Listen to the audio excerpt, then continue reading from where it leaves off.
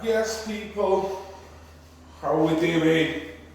Pissing down here. Absolutely pissing down. Can't believe it. I just wanted to do a quick message to maybe some people who are considering ripping more statues down, creating a load of havoc at a time when people don't need it. What they don't realise is they're entering a game of divide and conquer themselves. The irony is, it was divide and conquer that was enabled for the slave trade to fucking commence in the first place. It was divide and conquer which broke down India being one of the biggest populations in terms of colonies that was taken over with the smallest amount of soldiers. So you think to yourself, how can a small amount of soldiers take over such a large country like India? Okay? This is for all the statue fucking bearers, the statue robbers that are on the verge of creating civil war.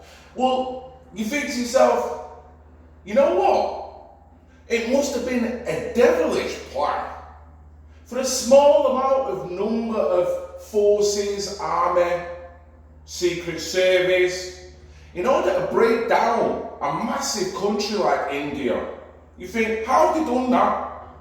Caesar, they play a game of divide and conquer.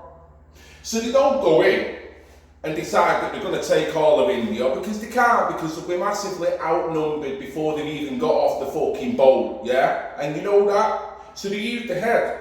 What they do, they start going around to different factions, different colonies, different communities, different tribes. And what they do, they start offering deals to them different tribes in order to break away from the other tribes, which then creates internal civil wars. Boom. As you do that, more and more people get on your side. That's the beautiful game of divide and conquer. Now, you think, how's that relevant to today, Phil? Well, it's exactly relevant because when you've got assholes that want to rip down statues that are pretty much, to the average person, in terms of their life, they are meaningless, but in terms of where this country has been as a timeline, they're very important. When you've got people that want to rip them down, it's going to create a spike back, isn't it?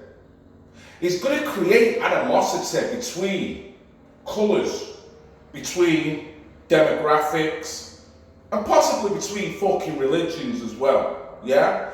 So Newtonian physics tells me every action has an opposite and equal reaction. So you've got dickheads that want to run round pulling down statues. I'm not being funny, but there's going to be a lot of people that don't want that to happen for various reasons, and most of them fucking valid as well. So they're obviously going to get involved. There's going to be respect lost because they can't believe a demographic is now starting to rip up every fucking statue in England. So you'll feel that demographics are going to start to turn on one another.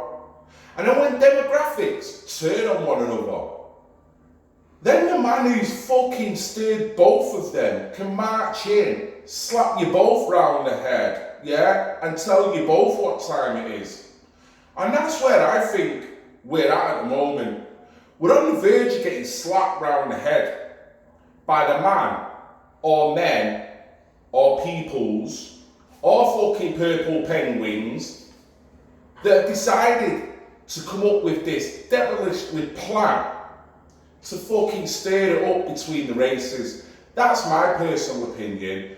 That's why I'm not after any statues. That's why I've got to roll out 3 floors of a fucking house. And that's all I'm interested in. I just thought I'd break that down for all you dumb fucks that think it's a good idea to start ripping down statues.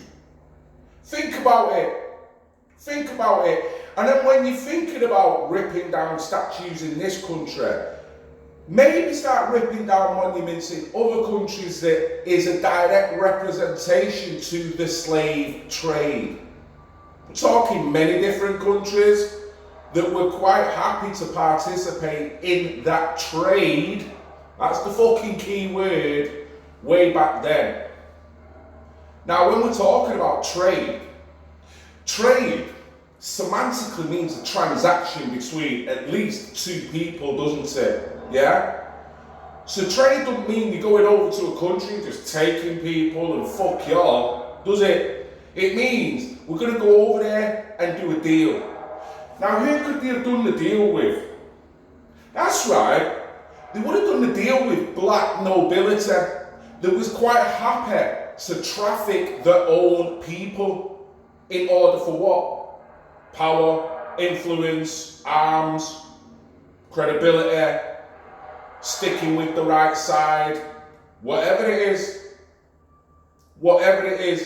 all I know is what I've been reading last night.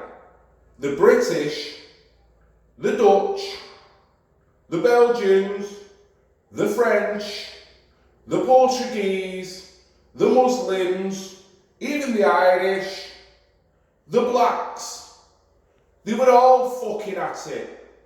Yeah?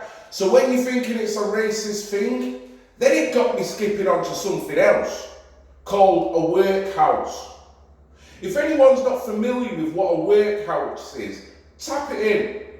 There's one in Stockport that I worked on several years ago while it was in the phase of being redone up. Man, that place is fucking haunted. That's all I'm going to say. But then it got me looking into the history of the workhouse. And you think to yourself, this ain't a white and black. This is just elites fucking over the lower people. Workhouses was real. Workhouses was squalid. And workhouses with predominantly fucking white people in it. So this takes me back to the beginning. Why castigate the demographic when you've got to castigate the mentality, right? The mentality that was at that time, the mentality that consisted within many different demographics in order for the slave trade to commence. So think about that when you're ripping down statues. Red Pill Phil, I love you all. Even the pissing haters. Yeehaw!